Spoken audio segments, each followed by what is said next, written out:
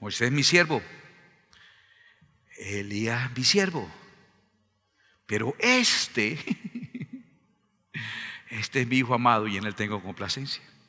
Y luego nos da la orden, y el que obedece esa orden recibe el milagro. ¡Wow! ¿Cuál es el milagro? Ver el reino de Dios venido en poder. Bueno, llevamos meses, varios meses estudiando sobre los encuentros con Cristo. Yo tenía la idea que era este año, pero después recordé que también vimos el encuentro de Jesús con los sabios de Oriente y eso fue el año pasado, a finales. O sea, llevamos muchos meses. Somos unos encuentrólogos profesionales porque somos expertos en encuentro con Jesús. Y mira que hemos encontrado, cuando buscamos en la palabra, no solamente buscamos la enseñanza particular, sino tratamos de una perspectiva de ingenieros espirituales. Ingenieros espirituales es que tratamos de ver si hay una estructura en esa narración. Y luego vemos si esa estructura se repite en otras ocasiones. Y hemos encontrado como una estructura que se repite en todos los encuentros que hemos estudiado. ¿Recuerdas? Siempre el personaje principal es Jesús. Hay una persona que va a recibir un milagro, siempre. Una mujer enferma, un hombre paralítico, un hombre ciego, va a recibir un milagro, ¿correcto? Pero esa persona tiene que primero que todo sobrepasar el primer gran obstáculo. Zaqueo, Bartimeo, ¿cuál es el primer gran obstáculo? Una multitud, muy bien. Una multitud se convierte en una barrera. Tiene que pasar, ese que va a recibir el milagro tiene que pasar por encima del primer obstáculo, que es la multitud. Y luego cuando logra encontrarse con Jesús, no recibe el milagro, sino recibe una orden. Ve al Siloé y lávate, toma tu lecho y anda. ¿Sí me entiendes? Recibe es una orden. ¿Y qué pasa con esa orden? ¿Quién recuerda? Si la persona obedece esa orden, desata el milagro que estaba necesitando. ¿Cierto que lo hemos visto en todos los encuentros? También, ¿qué hay en todos los encuentros? Entonces, siempre hay. Escribas y fariseos, ¿qué hacen? Critican, dicen algo inadecuado, censuran, descalifican lo que el Señor hace. Y esa crítica, ¿con qué termina siempre? Siempre termina con una bofeteada de parte del Señor, y los deja en ridículo. Ay, pero ¿por qué un sábado? Bueno, y usted, yo lo vi que usted ayer soltó el sábado pasado soltó a su mula que cayó en un hueco. ¿Esperó hasta el domingo?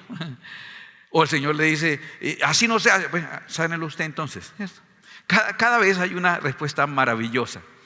Eso lo hemos encontrado repetido en todos los. El de hoy es más difícil de encontrar esos elementos, porque es un encuentro difícil.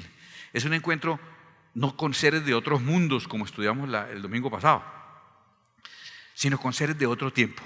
Se abre un portal interdimensional, atemporal, y Dios trae personajes de otros momentos, de otros tiempos. Conocemos este encuentro como la transfiguración de Jesús. Vamos a ver ese encuentro tan sorprendente y maravilloso como lo narra Marcos. Quiero que te fijes en un detalle. Marcos inicia la narración hablando de otra cosa, y en el segundo versículo empieza a hablar de la transfiguración. Pero antes, en el primer versículo, habló de algo que ocurrió 6, después sabemos que 8 días antes ocurrió esto. Mire que la narración empieza como hablando de otro tema, y leámosla. Dice así: también les dijo, de cierto os digo que hay algunos de los que están aquí que no gustarán la muerte hasta que hayan visto el reino de Dios venido con poder. Ahora sí empieza la narración. 6 días después, Jesús tomó a Pedro, a Jacobo y a Juan y los llevó aparte, solos, a un monte alto. Y se transfiguró delante de ellos, y sus vestidos se volvieron resplandecientes, muy blancos como la nieve, tanto que ningún lavador en la tierra los puede hacer tan blancos.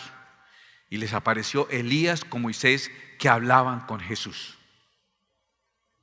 Entonces Pedro dijo a Jesús: Maestro, bueno es para nosotros que estemos aquí y hagamos 3 enramadas, una para ti, otra para Moisés y otra para Elías.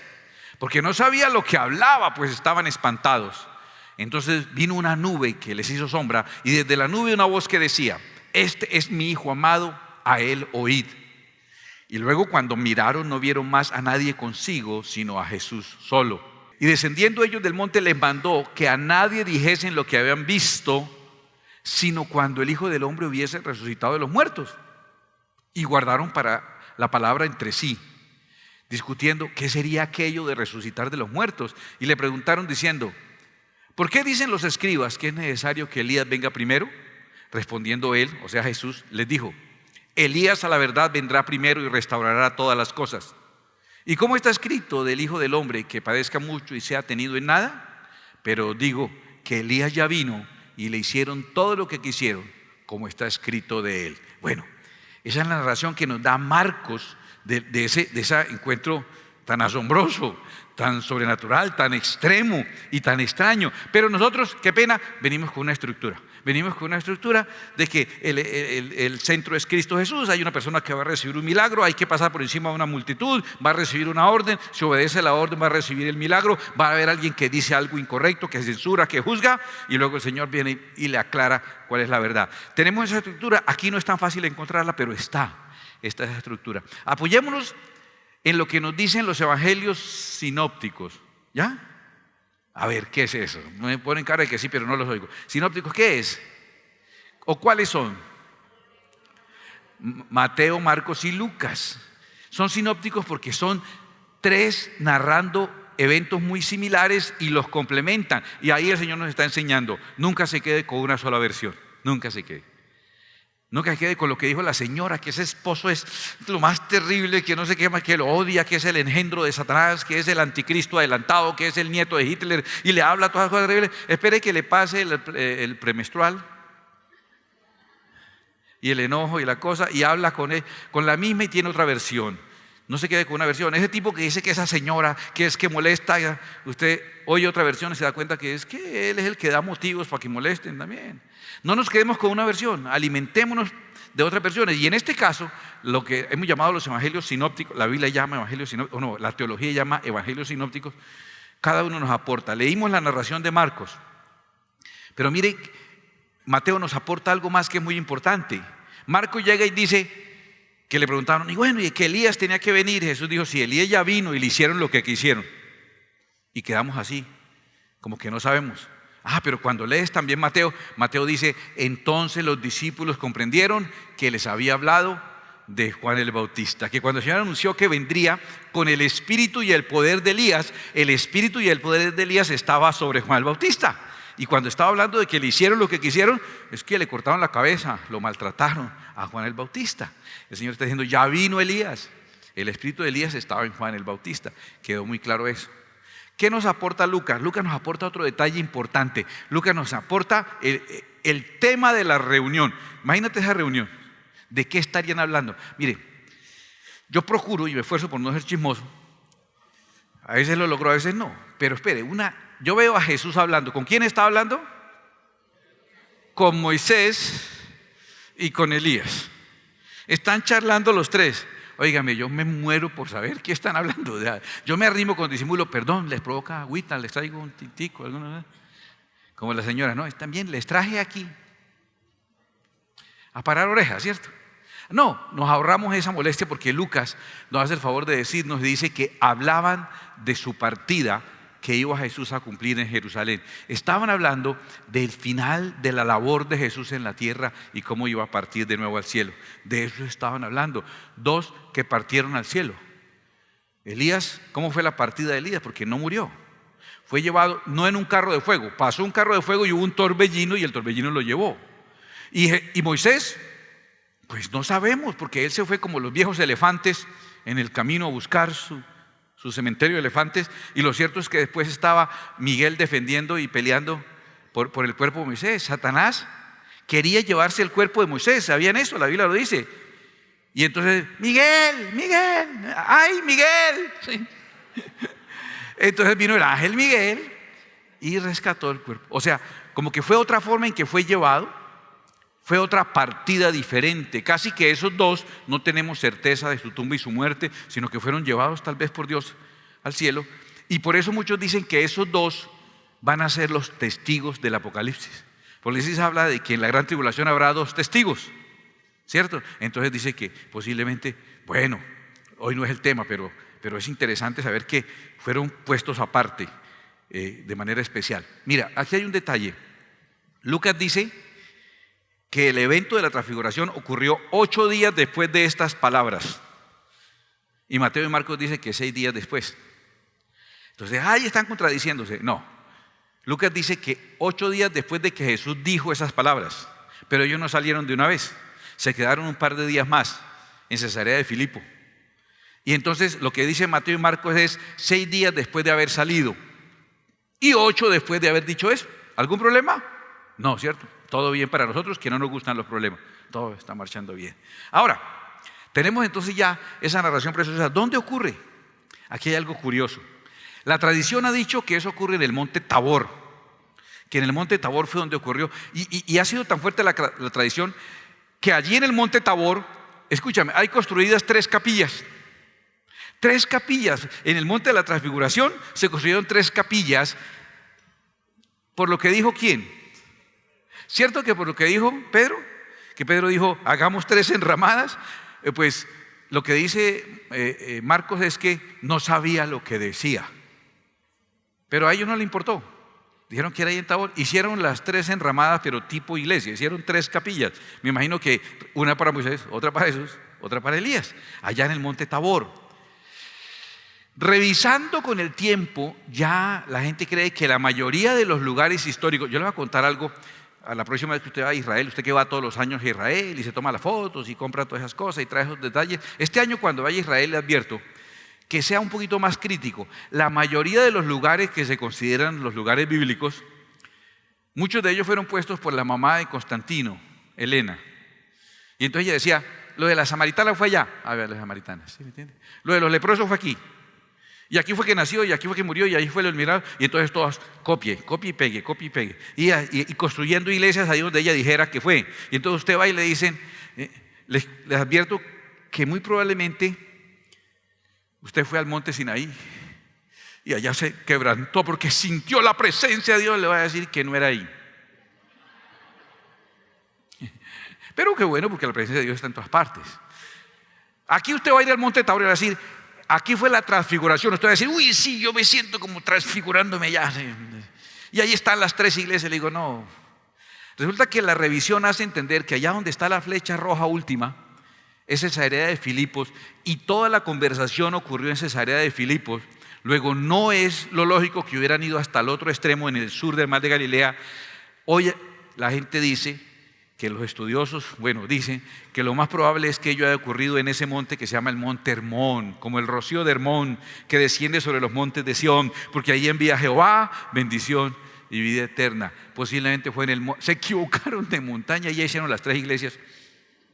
Ya toca, deje así, no diga nada y que la gente se tome la fotico y sí, porque nos vamos a poner a trasladar 3 iglesias por habernos equivocado de montaña. ¿Sí o no? Quería hablarle sobre el lugar. Ahora miremos más en esta narración. Hay 3 invitados, de los discípulos del Señor hay 3 invitados que van a vivir un milagro. Escuche, el que va a vivir el milagro. El Señor anunció que era algo especial lo que ocurriría con ellos.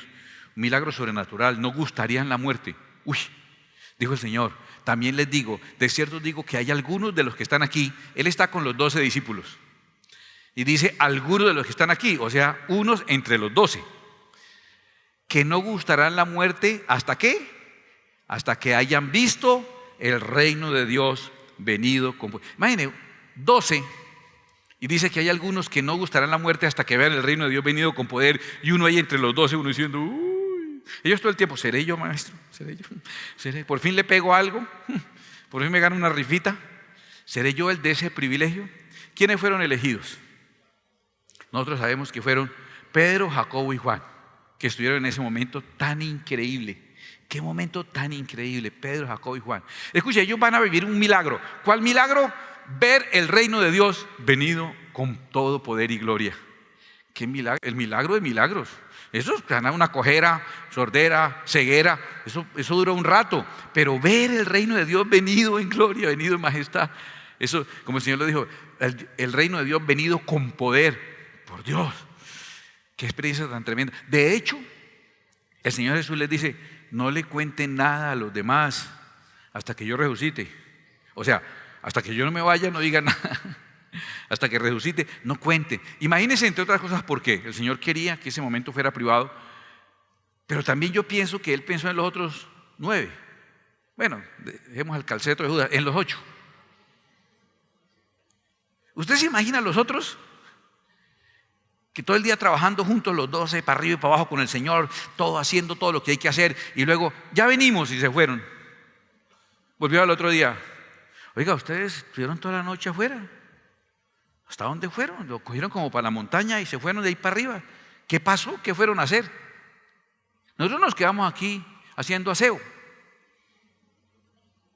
Y le digan los tres: no, es que tuvimos una reunión ahí importante. El Señor invitó ahí 2 amigos. Perdón, yo quiero que usted se ubique en lo importante que puede ser para un judío estos 2 personajes.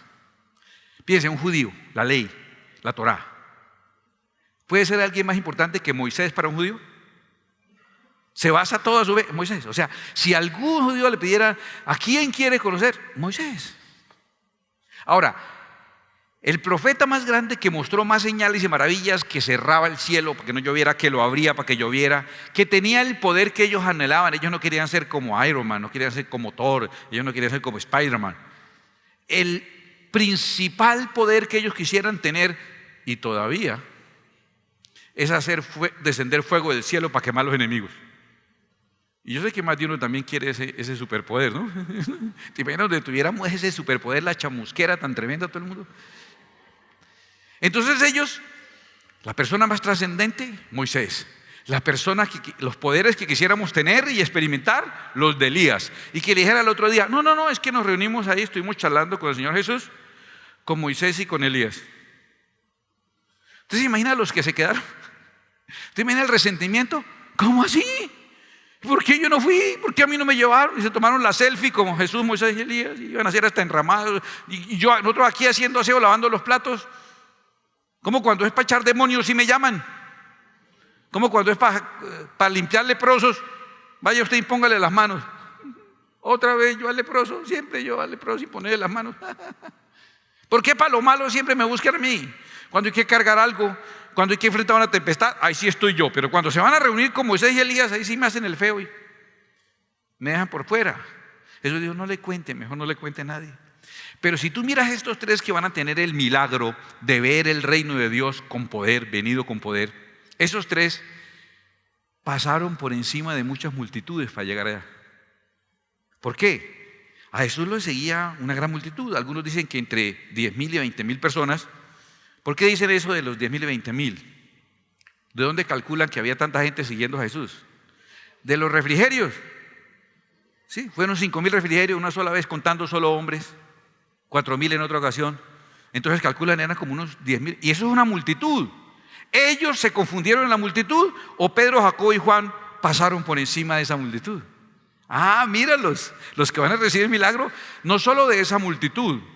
Se calcula que entre 70 por la misión de los 70 o 400 por la resurrección eran los seguidores permanentes de Jesús. Y estos 3 pasaron por encima de esos también. Y el Señor escogió 12 apóstoles. Y por encima de los 12 también pasaron. ¿Cómo pasaron? ¿Cómo pasaron la multitud de ellos? Yo quiero aprender cómo hicieron para pasar por encima de multitudes de varios grupos y luego ser escogidos 3 para un milagro tan trascendente. Voy a decirles cómo. Intimidad se llama. Intimidad. Estos 3 también estuvieron en otro episodio que usted sabe. Otro episodio, estos 3 acompañando a Jesús. Pero se quedaron dormidos. ¿Recuerdan cuándo?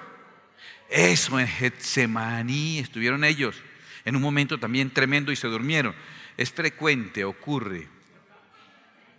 Pasa, no debería, pero ocurre. Esos 3 se quedaron dormidos en Getsemaní. Mira, escúchame esto. ¿Hubo algún momento más glorioso de ver a Jesús con mayor gloria hasta ahora? Porque lo veremos en gloria cuando regrese, ¿cierto? Veremos el reino de Dios venido con poder. Pero en la vida terrenal de Jesús, ¿alguna vez lo vieron más glorioso que en la transfiguración? Dice que el vestido, ¿cómo era? No, era blancox. O sea, más que blancox, hiper mega blancox. El sueño de toda fábrica de detergentes, un blanco de otro mundo. Y el sol, el rostro resplandeciendo como el sol. La luz de su rostro. ¿Se acuerda que Moisés cuando habló con Dios también descendió y el rostro botaba luz? Le tuvieron que ver una persianita para poder cerrar. Uno hablaba con Moisés, quedaba bronceado. Usted está tan bronceado, estaba en la playa, no, hablando con Moisés. Imagínense el rostro resplandeciente. No hay un mayor momento de gloria en su estancia en la tierra que el momento de la transfiguración. 3 estaban en ese momento de alta gloria. No hay en la tierra, no hubo en la vivencia de Jesús aquí en la tierra, un momento de mayor crisis, de mayor debilidad que el Getsemaní. Mire, yo sé que muchos aquí hemos tenido problemas emocionales y hemos sufrido con ansiedad, ataques de pánico, de ansiedad, y eso es horrible, horrible. Pero Jesús tuvo un momento sumamente crítico. Yo no he llegado hasta allá. Llegó a ser tanta su angustia, la Biblia dice que empezó a entristecerse y a angustiarse, al punto que los capilares de su rostro se reventaron y empezó a salir como si fuera sudor, pero era sangre. Yo sangre no he sudado en un momento de crisis. Petróleo sí, tal vez, sí, pero sangre no. Jesús sudó sangre. El momento más difícil y más crítico en su vida, Getsemaní. ¿Y quiénes estaban con él? Los mismos 3. Voy a decirle una cosa, eso significa intimidad. Usted una vez me conozca aquí, cuando estoy dando la clase. Está el profe dando la clase, el pastor, bien, ¿qué tal? Se organiza y las luces lo ayudan, la disimuladita, uno medio se organiza. Pero solo los que son íntimos han visto mis otros momentos. Los que han visto momentos de gloria, de éxito total, pero también han estado con uno de los momentos en que uno está sudando sangre. Eso se llama intimidad. Por eso estos fueron elegidos. ¿Cómo se sobrepasa una multitud, o 2 multitudes, o 3, o 15 multitudes? ¿Y cómo llego a ser una persona tan cercana al Señor? Mira, esto es un plus de esta enseñanza, un bonus track. Salmo 25, 14. La comunión íntima de Jehová es con los que le temen, y a ellos hará conocer su pacto.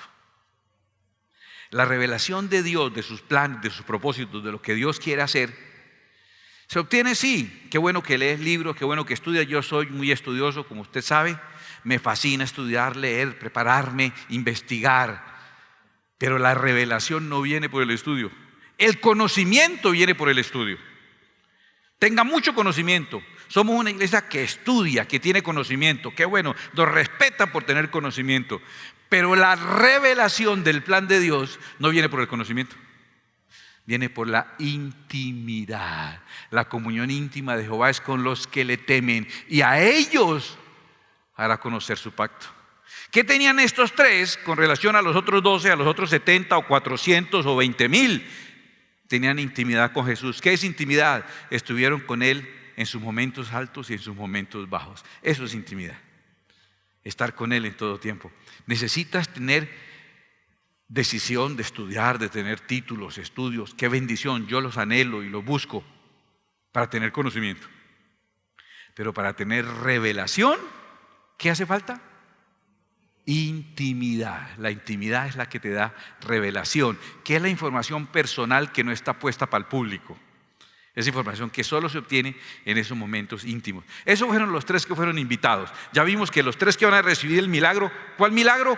Ver el reino de los cielos venido en poder. Ellos lo van a ver. Ya cumplieron el requisito, pasaron por encima de la multitud. Ahora, ¿y los otros?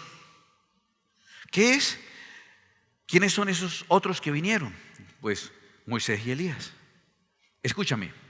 Son demasiado trascendentes. La Escritura nos cuenta, o la tradición nos cuenta, que todo el conocimiento, toda la fe hebrea, judía, se basa en el Pentateuco: Génesis, Éxodo, Levítico, Número y Deuteronomio. Se basa en esos 5 libros. Nosotros lo llamamos Pentateuco, ellos lo llaman la Torá. ¿Quién la escribió? Moisés. Ahora, cuando le sumas los libros históricos y poéticos y le sumas lo más importante para ellos, que son los libros de los profetas, eso se llama el Tanaj. Nosotros lo llamamos Antiguo Testamento. 39 libros del Antiguo Testamento, ellos lo llaman el Tanaj, el Antiguo Testamento. Cuando le ponen los comentarios y opiniones de los escribas y los eruditos y los rabinos, eso se llama el Talmud. Ya está contaminado con las tradiciones. Pero ¿cómo llaman ellos a todos sus escritos, a todo su fundamento de fe? Un judío te dice cuál es la base de su fe, ellos lo van a decir así: Moisés y los profetas. Ellos siempre van a decir así: Moisés y los... Mira, te lo voy a demostrar. Jesús nos contó la historia de un rico que murió y fue al Hades, y Lázaro, un enfermo, un mendigo que murió y fue al seno de Abraham. El rico le dijo a Abraham, le dijo: dígale a Lázaro que vaya y les avise a mis hermanos que se conviertan y no vengan para acá. ¿Recuerdan ese episodio? Escuche, la respuesta que le dio en Lucas 16:29 dice: y Abraham le dijo: a Moisés y a los profetas tienen. Óiganlos, perdónenme, en esa época de Jesús tenían a Moisés y tenían a los profetas, a Elías. ¿A qué se refiere cuando dice a Moisés y los profetas tienen? Óiganlo, ¿a qué se refiere? A las escrituras. Tienen todas las escrituras, óiganlas. Y le dijo el rico: no, ellos no van a creer en las escrituras, pero si alguien resucita y les habla, van a creer. Y Abraham le dijo: no, si no creen en las escrituras, aunque alguien resucite y les hable, no le van a creer. ¿De quién estaba hablando que resucitó y les habló? De Cristo. No le creen a las escrituras, tampoco le creen a Cristo Jesús. Pero ¿cómo llamó a todo el fundamento de fe? Moisés y los profetas. Otro detalle: el sueño del apóstol Pablo siempre fue enseñar sobre Cristo, enseñar el evangelio en Roma. Roma, la capital mundial. Y él ser un catedrático en Roma y dar la cátedra de Cristología. Ese fue su sueño, nunca lo logró en vida. Cuando estaba terminando sus días lo pusieron preso. Como era ciudadano romano, lo llevaron con presupuesto del gobierno, lo llevaron y con escoltas hasta Roma. Como era ciudadano romano, no lo metieron a la cárcel, sino le pusieron una casa, le dieron casa por cárcel, le pusieron unos guardianes. Y como estaba todo el día desocupado, se dedicó durante varios meses a dar clases de cristología en Roma, pago por el gobierno. Eso es lo que Pablo logró hacer. Hechos nos lo cuenta en el capítulo 28. ¿Qué hacía él? Todo el día persuadiéndoles acerca de Jesús, tanto por la ley de Moisés como por los profetas. ¿Por qué se escogió a Moisés y a los profetas? Porque representan a toda la ley y todas las manifestaciones que los hebreos anhelaban. Y entre los profetas, ¿quién? El mayor de todos en el Antiguo Testamento: Elías. Entonces están representados todas las personas que ellos considerarían influyentes en su vida. Llevan toda la vida practicando las leyes de Moisés y admirando las hazañas de Elías. Toda la vida de niños, hace muchas generaciones que crecemos obedeciendo la ley de Moisés y admirando las hazañas de Elías. Y le aparecen esos dos con el Señor Jesucristo. Tenemos el que nos dio la ley, tenemos el que hizo más señales y tenemos un rabino muy bueno, maravilloso, que explica muy bien, que se llama Jesús. Aparece un problema grave ahí, que es que cuando están ahí, ellos fueron llamados, convocados para ver el reino de Dios venido con poder. ¿Te acuerdas que en todos los encuentros alguien dice una cosa incorrecta, alguien juzga o critica y luego es callado por Dios o por Jesús? En este caso por Dios mismo. ¿Sabes quién dijo algo incorrecto aquí? ¿Sabes quién dijo una tontería? ¿Quién? Adivinen. El mismo, Pedro, el mismo. ¿Qué dijo? Hagamos 3 enramadas y nos quedamos aquí, una para Elías, otra para Jesús, otra para Moisés. Hagamos 3 enramadas. ¿Y qué dice la Escritura? Que ni sabía lo que estaba diciendo esta bestia. O sea, estaba tan asustado que ni supo lo que dijo. Estaba confundido. Mira, escúchame. Yo creo que es una linda comparación de que a veces como cristianos podemos estar inclusive en la montaña equivocada, habiendo hecho capillas equivocadas, en una decisión bien intencionada pero equivocada. Hoy en día yo hablaría de 3 grandes escuelas del evangelio en el mundo, hoy, y no sé si han estado todo el tiempo, pero coinciden perfectamente con esta transfiguración. ¿Cuál es una? Una enramada en la que cohabita Jesús y Moisés. ¿Sí? Hay que guardar lo que Jesús dice, pero seguir guardando lo que Moisés enseñó. ¿Cómo se llama eso? Judaísmo o mesianismo.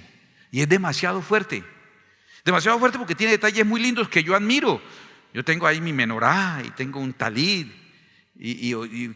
también tenía antes una kipá y todos esos elementos, y la foto de Jerusalén, y uno le parece hermoso, y usted era a los hermanos orando sobre una foto de Jerusalén donde lo que sale es la cúpula de la roca, la catedral de Omán, orando mirando un templo musulmán. Ni saben. Pero es bonito. ¿Qué tiene de lindo la Torá? ¿Qué tiene de lindo todo lo que enseñó Moisés? ¿Qué tiene de lindo el Antiguo Testamento? Que señala a Jesús. Y si no señala a Jesús, no sirve. Las tradiciones, el Pesaj, todo ese tiempo de Teshuvá, el Shavuot, el Sukkot, todas esas cosas lindas que hemos estudiado, ¿qué tienen de lindo? Que señalan a Jesús.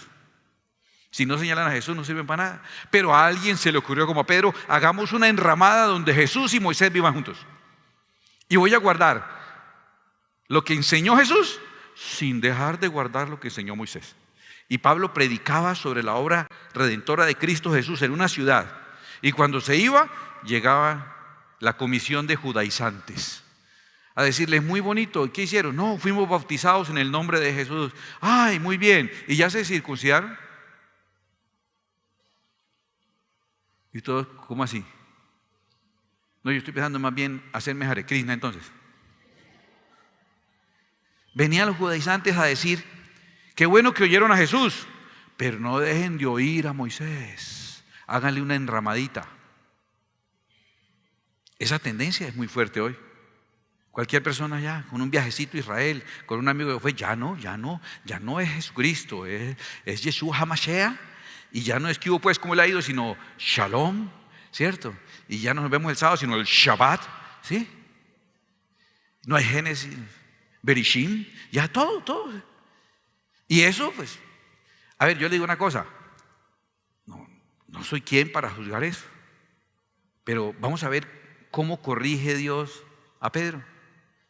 Porque es que hay otra escuela, otra tendencia, y de esa tendencia es mi origen, que es el pentecostalismo extremo, ¿sí? El movimiento carismático, como Elías. Lo importante son las manifestaciones, lo importante son las señales, lo importante son las experiencias espirituales. Y yo digo, ¿sí? ¿En serio?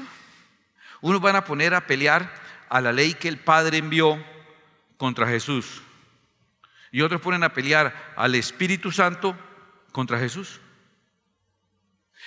¿Cuántas veces fui inclusive invitado a predicar en algún lugar donde no hubo tiempo o se le recortó el tiempo a la predicación porque el Espíritu se estaba moviendo? Alguien definiendo plenitud de vida, le preguntaron por nosotros, una pastora de la ciudad, y dijo, ellos saben mucha Biblia, pero son apagados del Espíritu. ¿Y qué dice Juan 6:63? Las palabras que yo os he hablado, dijo Jesús, son espíritu y son vida. Ahí está el Espíritu Santo. No es que no haya vivido yo todo eso. Yo hablo en lenguas, como dijo Pablo, yo hablo en lenguas más que muchos de ustedes. Yo creo que más que todos. Pero encerrado en mi cuarto. Pablo dice, porque usted coge en el culto a hablar, no edifica a nadie y asusta a los nuevos, dijo Pablo. Pero yo hablo muchas lenguas. Allá encerrado en mi cuarto. Yo remolineo, aunque no lo crean. Parezco un trompo, eso arranco en la oración, es el demonio de Tasmania, está tuyo al lado mío.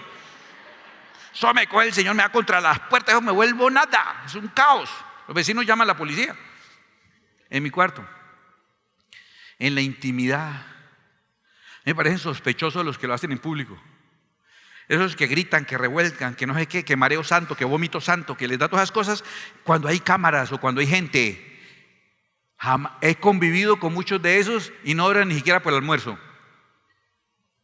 Pero medio hayan 3 o 4 para que vea cómo le arranca la chiripiolca a todo el mundo. Y creen que eso es el reino. Y creen que si el Espíritu se manifestó, no se pudo enseñar la palabra de Jesús.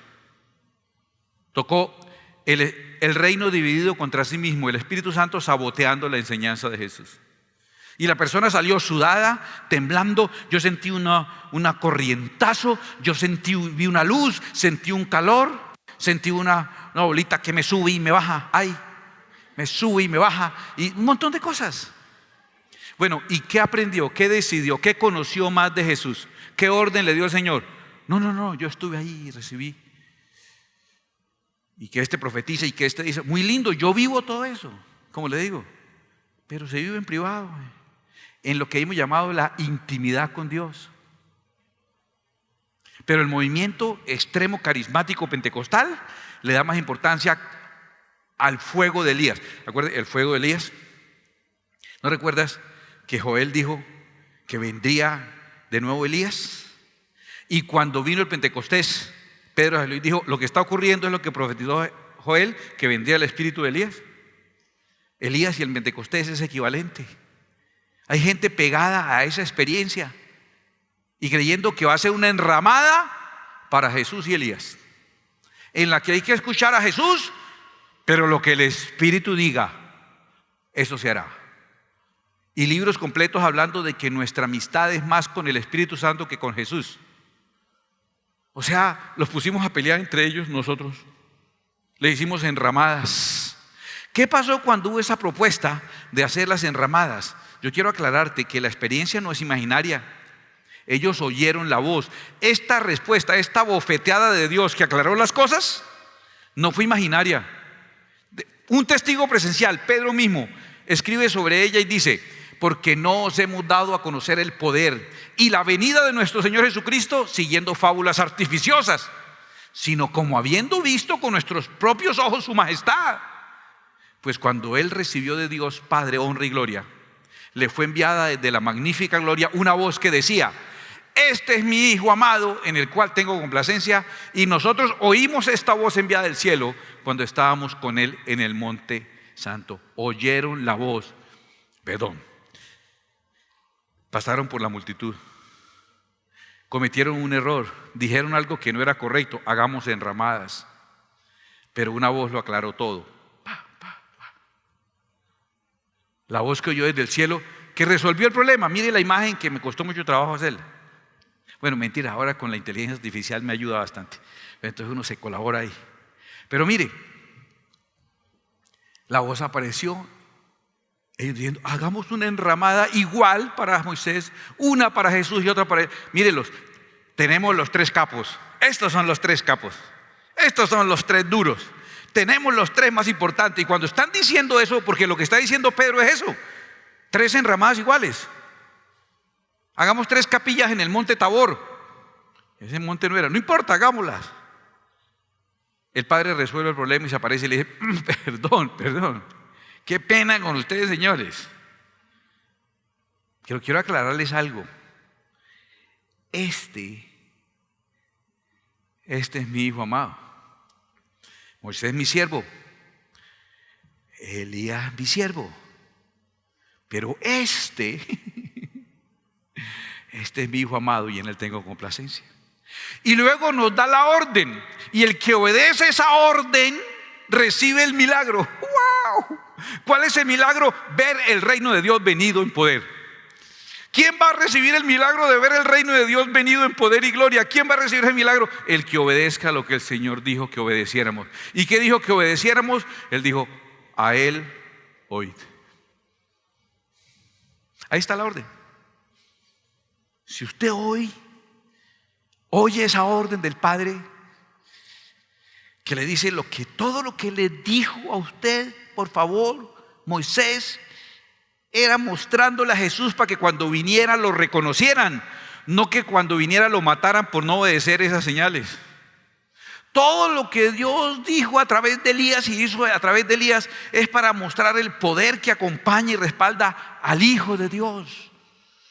No haga tres enramadas iguales. Tal vez estamos construyendo en el monte equivocado. Mis queridos y respetados amigos mesiánicos están construyendo en la montaña que no es. Mis queridos hermanos pentecostales extremos, carismáticos, están construyendo en la montaña que no es.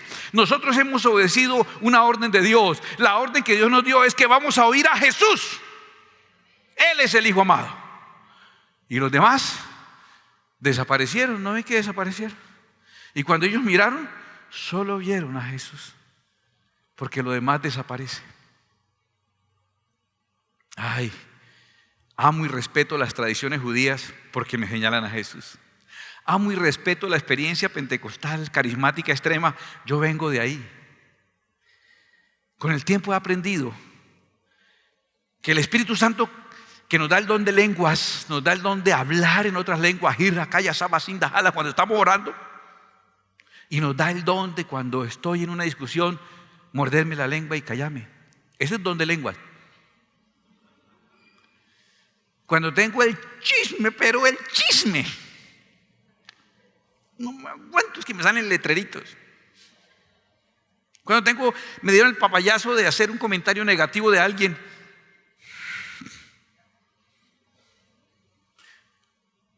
eso es don de lenguas. Y es el Espíritu Santo, porque mi naturaleza no es esa, es el Espíritu Santo. Es el Espíritu Santo el que me lleva a remolinear, a brincar y saltar hasta que estoy y caigo ahí tirado en un éxtasis, porque me ocurre. Pero es el Espíritu Santo el que te da la capacidad de estar sentado hora y media allí, poniendo la atención a la oración al Señor. Y te aguantas la ganas de ir al baño, de contestar el teléfono, de hablar con alguien, de salir. Es el Espíritu Santo el que te da esa capacidad. Jehová está en su santo templo, calle delante de él toda la tierra. El que te hace parar y contestar y abrir, ese es otro espíritu, después hablamos de ese.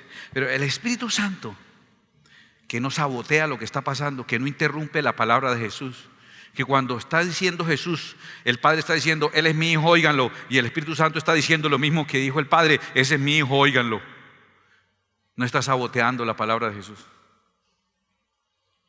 Amo esas cosas, pero quiero decirle hoy, con todas las críticas que esto me va a generar, mis amados y respetados hermanos mesiánicos, mis amados hermanos pentecostales extremos, todo eso es muy bonito si señala a Jesús.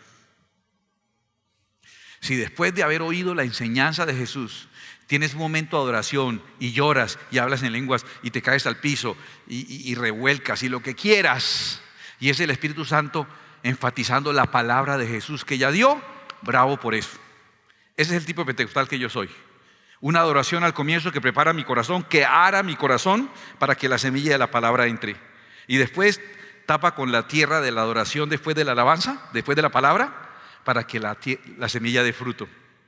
No una zanja en mi corazón con música que se queda abierta y nunca echan la semilla de la palabra. Se queda abierta esa zanja. ¿Sabes qué es lo que estamos haciendo? Un tierrero. Revolcando los cunchos, revolcando las emociones de la gente sin darle la semilla de la palabra. Lo tengo claro. El Señor lo aclaró. A él oíd. Este es mi Hijo amado. Si tú obedeces ese mandamiento, es el mandamiento para que el milagro ocurra. Si no obedeces el mandamiento, ya lo estudiamos todos los encuentros. Si no obedeces el mandamiento, el milagro no ocurre. ¿Cuál es el milagro? Ver el reino de Dios venido con poder. ¿Sabes quiénes vamos a ver el reino de Dios venido con poder? Los que oímos a Jesús. Este es mi Hijo amado, a él oíd. Criticamos a otros porque las cosas ocurren gracias a Dios y la Santísima Virgen. Criticamos a otros porque es que yo creo mucho en mi Señor y también en San Benito, que es que me ha ayudado tanto, ha sido tan milagroso. Y nosotros venimos y qué pena, con el borradorcito, todo lo demás desaparece. Porque Dios nos enseñó Él mismo con su propia voz, que la escucharon. Esto es Dios mismo el que lo dijo. Yo no sé quién se atreve a ponerlo en duda. Y dijo, mire, no se equivoquen, les puse los 2 ejemplos humanos más grandes de la historia, como para que no se confundan, los 2 más grandes. Y después de que los puse al lado, los borré. Y les dejé claro, este Jesucristo de Nazaret es mi Hijo. Me complace y la orden para ustedes es a Él óiganlo, no más enramadas compartidas, amén. Solo a Él, solo mi corazón, mi vida, mi mente, mi tiempo, mi devoción a Cristo Jesús, mi Señor. Pongámonos de pie un momento. Vamos a pedirle al Señor algo en esta oración. Vamos a decirle, enséñame a tener intimidad contigo. Y dígale así al Señor, Señor, enséñame a tener intimidad contigo. Recuerda que la intimidad es la manera de pasar por encima de las multitudes. ¿Listo? ¿Cómo se pasa por encima de las multitudes? Con intimidad. Yo quiero tener intimidad para pasar por encima de las multitudes. Y permíteme ver a Cristo. Permíteme conocer la grandeza de Cristo. Permíteme entender que la grandeza de Moisés es señalar, es acompañar a Cristo. Nunca Moisés tuvo un momento más precioso que ese momento en el que estuvo al lado de Jesús. Permíteme entender que las maravillas de los movimientos del Espíritu y de Elías y el poder, nunca Elías tuvo un momento más precioso que ese, que estar al lado de Cristo Jesús. Fue su momento glorioso, tan glorioso que la gloria de Cristo los inundó y todo desapareció. Señor, revélame a Cristo, Señor. Gracias, conocí esta iglesia y me gusta. Conocí la música y me toca. Conocí las clases y me edifican. Pero no se trata de eso. No voy a hacer una enramada para Jesús y otra para el pastor Caballero, o la pastora Rocío, o el pastor Mario. No voy a hacer una enramada para Jesús y otra para Dante Gebel, para Casuluna, pero para Alducid. No voy a hacer una enramada para Jesús y otra para Marcos Witt, para cualquier otro cantante. No. Todo eso tiene como único valor señalar a Cristo Jesús. Mis ojos puestos en Él. Puestos los ojos solo en Jesús. No, pero es que la fe está fundamentada en Moisés. Y está consumada en las profecías. Ahí se consuma la fe.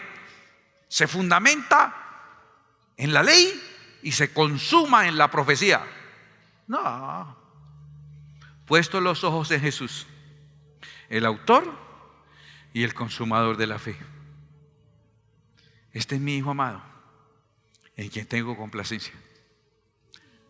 A Él oíd. Y yo le digo, Señor, muéstrame a Jesús, y a Él oigo. Permíteme tener revelación a través de mi intimidad contigo de quién es Jesús. Dámonos, Señor, un entendimiento más claro, más vivo, más profundo de su gloria. Permíteme conocer no solo la iglesia, sus métodos, su cultura, su costumbre, no solo ministros, su dirección, sus gustos. Permíteme conocer a Jesús, dame un entendimiento vivo de Jesús. Permíteme tener una experiencia personal y conocer realmente al autor y consumador de la fe, al autor de mi salvación. Necesito conocer a Jesús, danos ese entendimiento vivo del Señor. Permíteme hacer una denuncia pública. Permíteme hablar de los equivocados que ponen a la altura de Jesús a otros santos, imágenes y dioses. Permítame hablarte de los escogidos, de los que somos discípulos del Señor, que fácilmente, por no entender lo que decimos, caemos en cosas que no le agradan. Caemos en la montaña a construir enramadas que Dios no nos llamó a construir. No caigas en el judaísmo, ni en el mesianismo, ni en el legalismo. Ten una experiencia real con Cristo Jesús. Hay personas, yo lo llamo cristianos, que se autoperciben judíos. Está muy de moda eso, ¿no? Cristianos que se autoperciben judíos. No conocen a Jesús. Personas envueltas en momentos emocionales extremos, más parecidos a histerias colectivas que a experiencias de orden, de un espíritu de orden. No conocen a Jesús.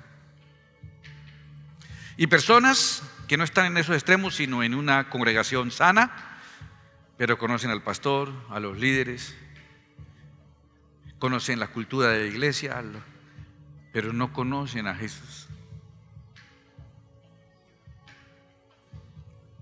En cada iglesia del mundo hay muchas personas que conocen la comunidad, pero no han tenido una experiencia con Jesucristo. Y eso marca la gran diferencia. Necesitamos que nos sea revelado Cristo Jesús, y la única manera es el conocimiento más la intimidad, buscando del Señor para que nos sea revelado. Lo único que cambió la vida de Pablo no fue todo el conocimiento de la Torá que tenía, ni todo el conocimiento de Elías que tenía. Encontrarse con Jesús en el camino le cambió la vida. Lo único que cambiará realmente nuestras vidas es encontrarnos con Cristo Jesús. Lo demás, ustedes son un montón de personas bien intencionadas tratando de portarse bien. A veces lo logran, la mayoría de las veces no.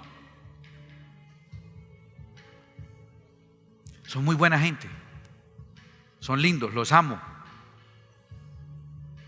No quiero perderlos nunca, pero solamente recibiremos el milagro de ver el reino de Dios venido con poder los que nos hemos encontrado con Cristo como el único Hijo de Dios verdadero y hemos dedicado nuestra vida a oírlo a Él. Convierte esto para cerrar ese tiempo en tu oración diciendo: Señor, danos un conocimiento vivo de Jesús, un conocimiento real, un conocimiento indudable, irrefutable. Atraviésate en mi vida, Jesús. Necesito que tú me encuentres a mí, porque yo te he buscado equivocadamente en la montaña que no es, te estoy buscando en el monte Tabor. Atraviésate en mi vida, aparécete en mi vida, Jesús, y déjame conocerte y déjame saber que no vine a una reunión, que me encontré con Jesús cada vez que vengo a tu casa, me encontré con Jesús cada vez que hago un devocional, en tu palabra te veo, en la adoración te veo, me encuentro con Jesús. Y si no es así, estoy perdiendo el tiempo. Danos, por favor, Señor, ese conocimiento vivo, esa revelación preciosa del Señor. El propósito de Dios con este canal no es reemplazar tu iglesia, ni tu tiempo personal de estudio y de búsqueda de la presencia de Dios. Es apoyarte en tu crecimiento espiritual y el conocimiento de las Escrituras. Tú puedes apoyarnos a nosotros también cada vez que ves un video, cada vez que le das like, que lo compartes. Cuando te suscribas a nuestro canal, invitas a otros a suscribirse también. Es la manera en que tú nos apoyas para que nosotros también podamos seguirte apoyando. Que Dios te bendiga.